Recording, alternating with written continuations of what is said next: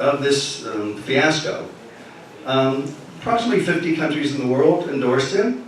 So most of Latin America, because that red tide is now receded.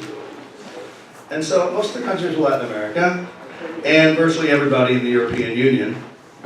The math, of course, doesn't add up. If you look at the UN General Assembly, where there are 200 countries in the world that are represented in the UN, and 150 continue to support since the first week, and there's not been any shift with anybody in either direction.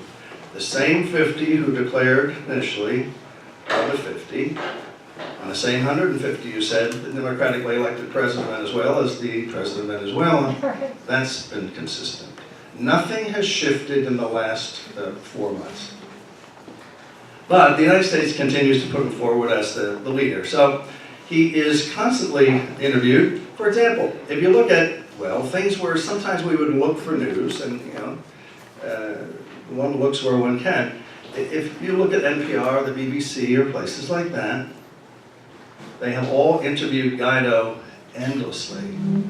Not one reporter in any U.S. news outlet has interviewed Nicolas Maduro in 4 months.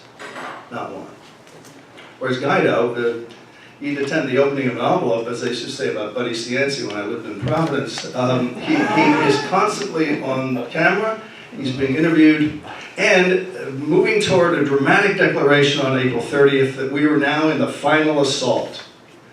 And by the end of the day, he would be the president installed at Miraflores Palace. The close shot that they had of him was helpful, because he was once again dramatically standing on car hoods.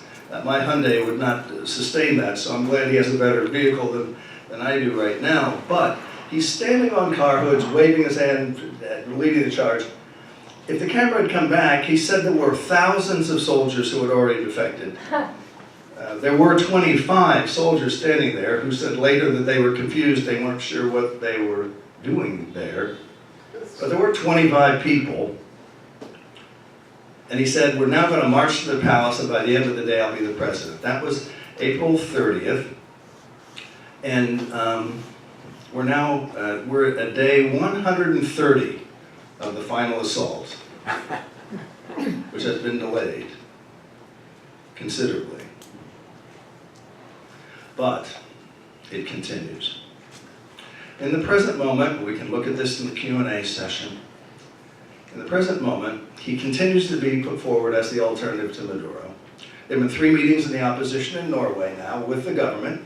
At the government's instigation, our government said, we don't think it's wise for you in the opposition to go to Norway and meet with them, because the last time when you came home, we were divided.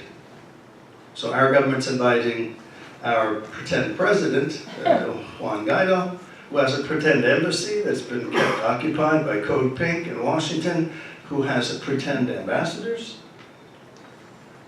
They're now advising them not to talk to the government, because the last time they came back, they were divided, because essentially their only program is one another's egos.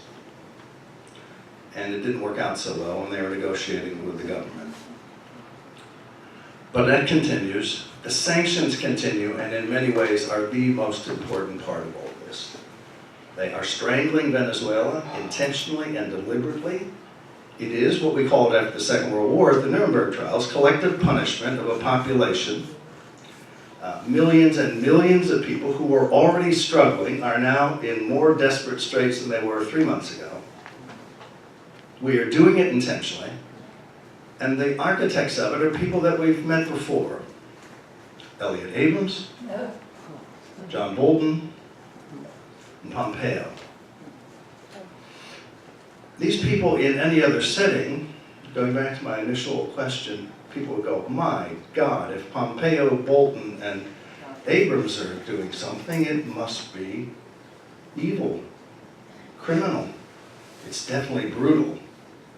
We don't have to scratch our heads and say, sometimes life does get complicated, and maybe we do need to overthrow this guy, or strangle him, or teach him a lesson, or take $25 million worth of crap on the Colombian border and try to have a Richard Branson rock concert there and take it across the border when we've done $10 billion worth of damage, and then have $25 million worth of stuff on the border as a humanitarian move.